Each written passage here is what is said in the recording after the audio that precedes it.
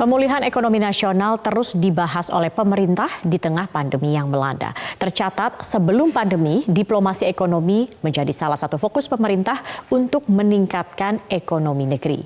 Presiden pun aktif terlibat langsung dan telah melakukan pertemuan bilateral dengan sejumlah pemimpin negara sahabat, baik di dalam maupun luar negeri.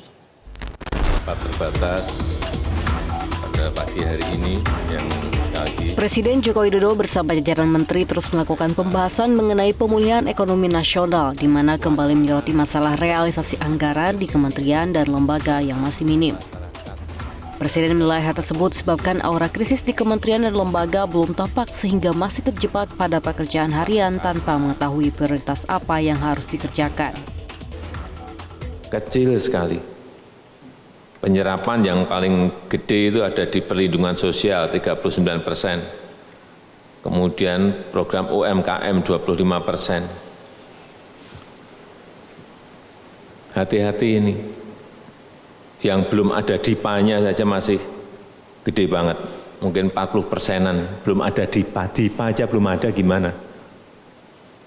Mau realisasi.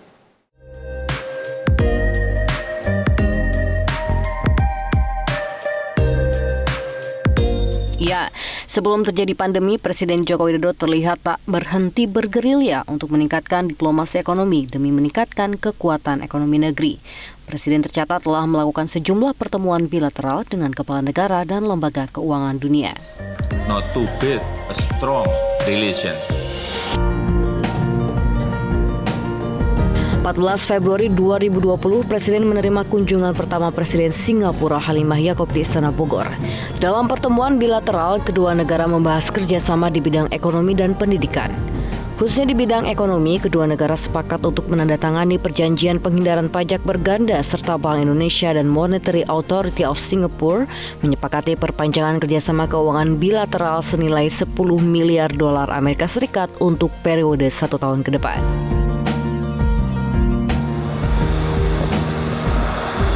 12 Januari 2020, Presiden bertolak ke Abu Dhabi, Uni Emirat Arab.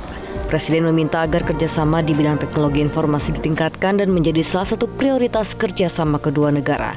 Selain itu, Presiden juga meminta agar Armenia memiliki perjanjian perdagangan bebas dengan Uni Ekonomi Eurasia. 2 hari kunjungan kenegaraan, ada 11 perjanjian bisnis yang ditandatangani dengan perkiraan nilai investasi mencapai 314,9 triliun rupiah.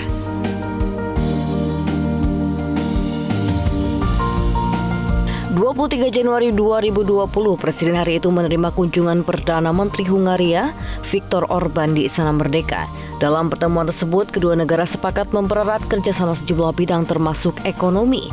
Presiden mengundang Hungaria turut berinvestasi dalam kerjasama ITOL. Hungaria juga menawarkan kerjasama membangun rumah sakit yang berfokus kepada terapi untuk kanker, onkologi, dan pengembangan rumah sakit militer.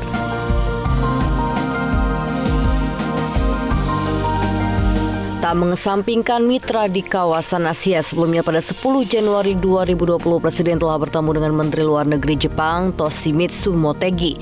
Presiden mengajak Jepang melanjutkan investasi berbentuk kerjasama pembangunan sentra kelautan dan perikanan terpadu fase kedua di Natuna. Selain itu, Presiden juga menjajaki kemungkinan kerjasama yang lebih intensif dalam pengembangan sumber daya manusia, baik melalui program vokasi maupun internship di perusahaan-perusahaan Jepang yang ada di Indonesia.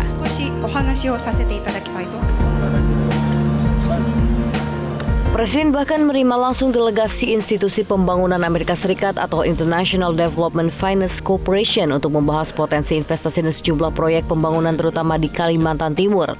Lembaga Amerika ini menyiapkan 70 triliun rupiah untuk investasinya di Indonesia.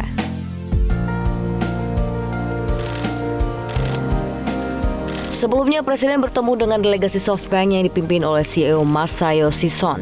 Dalam pertemuan tersebut, SoftBank mengaku tertarik untuk berinvestasi dan bekerjasama dalam pembangunan ibu kota baru yang memiliki konsep kota pintar dan hijau. SoftBank juga telah berkomitmen untuk mengucurkan investasi bagi pengembangan perusahaan rintisan di Indonesia serta membangun ekosistem industri seperti kendaraan listrik.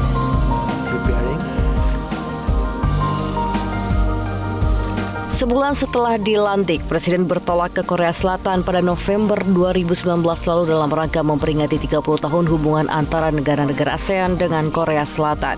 Dalam kesempatan tersebut, Jokowi melakukan pertemuan bilateral dengan Presiden Korea Selatan Moon Jae-in. Dalam pertemuan itu, Presiden menyambut baik selesainya perundingan Indonesia-Korea Selatan Comprehensive Economic Partnership Agreement yang diharapkan dapat ditandatangani segera di tahun ini. Selain itu, Presiden Moon juga menawarkan kerjasama dalam pemindahan ibu kota negara.